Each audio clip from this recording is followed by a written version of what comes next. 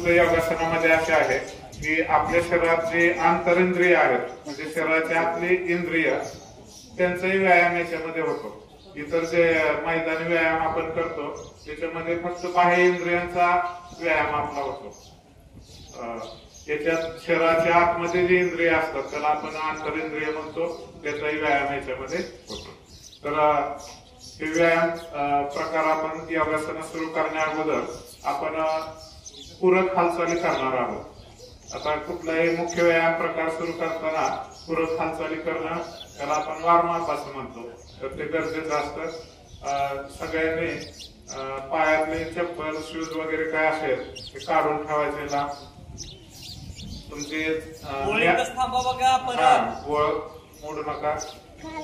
तुमची बॅग किंवा चटई जी आहे त्या अंतरावर ठेवा तुमच्यापासून.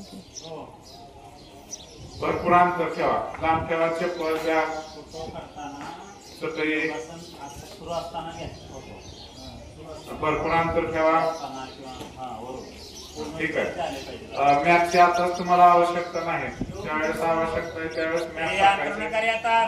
आता अंतरू नका. मॅथ सपाट आहे. मॅथची आताच आवश्यकता नाही.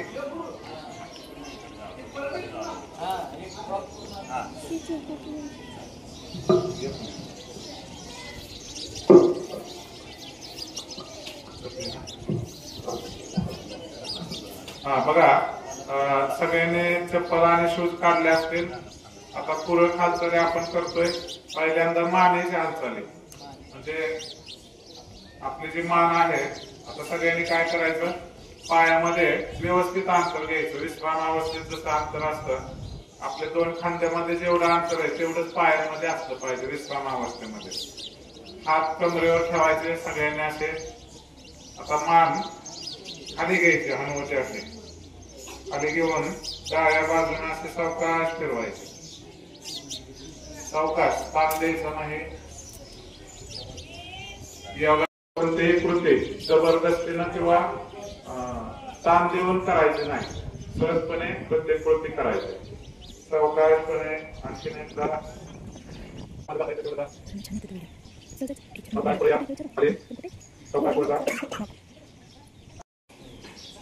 आणखीन एक आवर्तन करायचंय.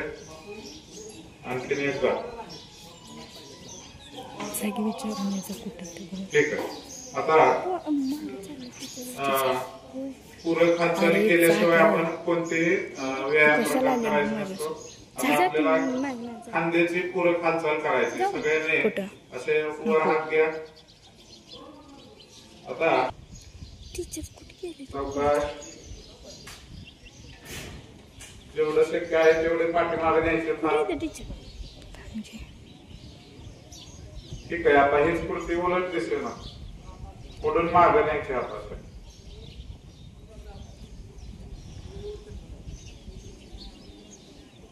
वर न्यायचे हात जास्तीत जास्त.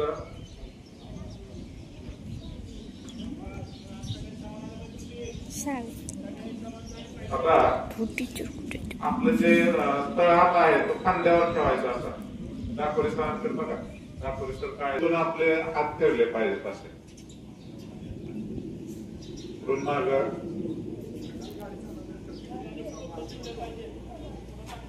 सपाट ठेवा असं. आता जास्तीत जास्त पुढं आणि माग हात गेला पाहिजे आपला खांद्यामधून. आता हीच कृती उलट दिसते ना. 3 ते 4 वेळेस करायचे. समृद्धीला काय अडचण आहे.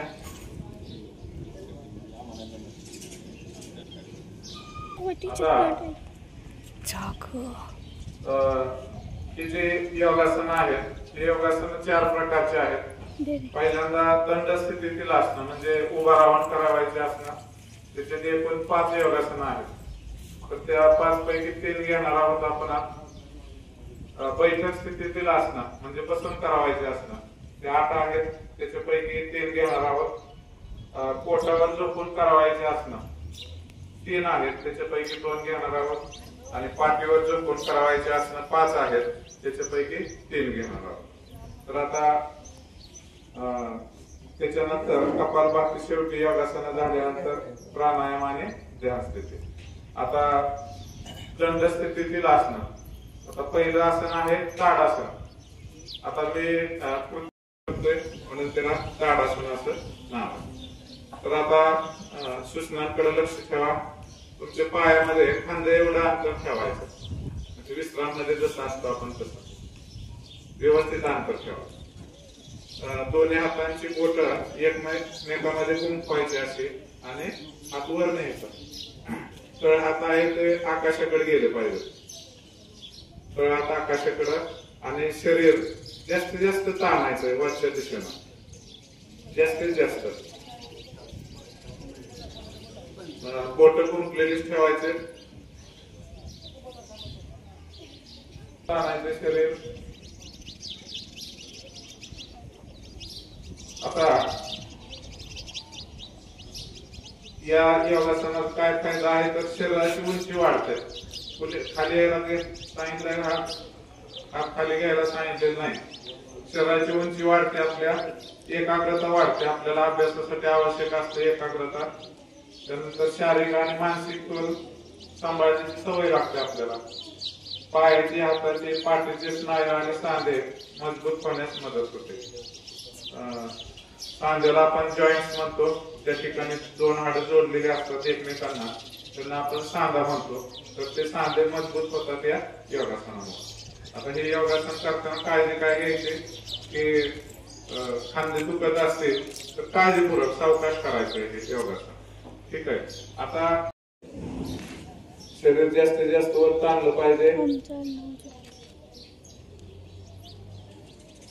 10 ते 15 सेकंद या स्थितीमध्ये राहायचंय.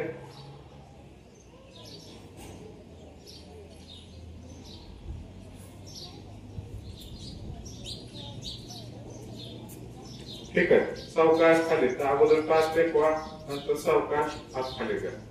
तर हे उभा राहून करावायचं पहिलं आसन. पहिल्यांदा काय करायचं, समस्थितीमध्ये उभं राहायचं, म्हणजे आपण त्याला विश्राम अवस्था म्हणतो. पायामध्ये योग्य अंतर पाहिजे. शक्यतो जेवढं खांद्यामध्ये अंतर आहे तेवढं पायामध्ये अंतर ठेवायचं. आता मी सांगतो त्याप्रमाणे कृती करा. उजवा पाय उचलायचा गुडघ्यात आणि त्याचा तळवा जो आहे तो डाव्या मांडीवर टेकवायचा असा, आणि टाच आहे ती जास्तीत जास्त वर घ्यायची आपल्या शरीराच्या दिशेनं, जास्तीत जास्त. तळवा आहे असा तो समांतर मांडीवर असा आडवा नाही, असं उभा टेकला पाहिजे. बघा दाखवल्यानंतर बघा, जास्तीत जास्त पाय वर घेण्याचा प्रयत्न करा. आता सावकाश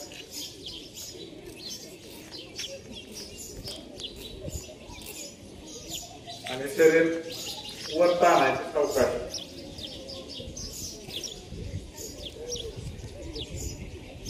जे तळपाय व्यवस्थित ठेवतील मांडीवर त्यांना तोल जाणार नाही.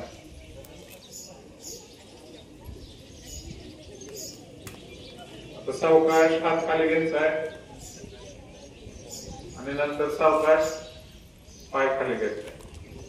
आता हीच कृती डावा पाय उचलायचा उजव्या मांडीवर. आता हीच कृती विरुद्ध दिशेला, डावा तळपाय उजव्या मांडीवर, जास्तीत जास्त वर शरीराच्या दिशेनं सरकवायचे. तळपाय कमरेवर ठेवायचे आपल्या, दोन्ही हात कमरेवर. श्वास हळूहळू घ्यायचा आतमध्ये सावकाश.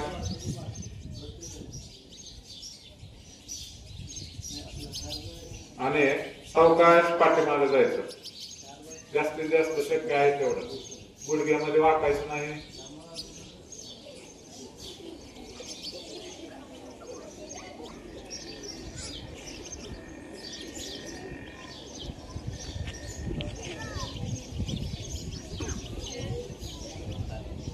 दहा ते 15 सेकंद त्या अवस्थेत थांबायचंय. 10वीची मुलं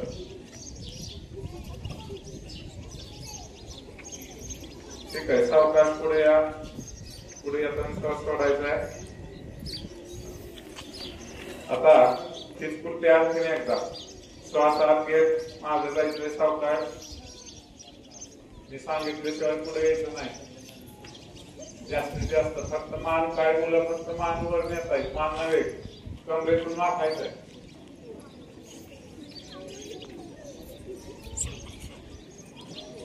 कमरेतून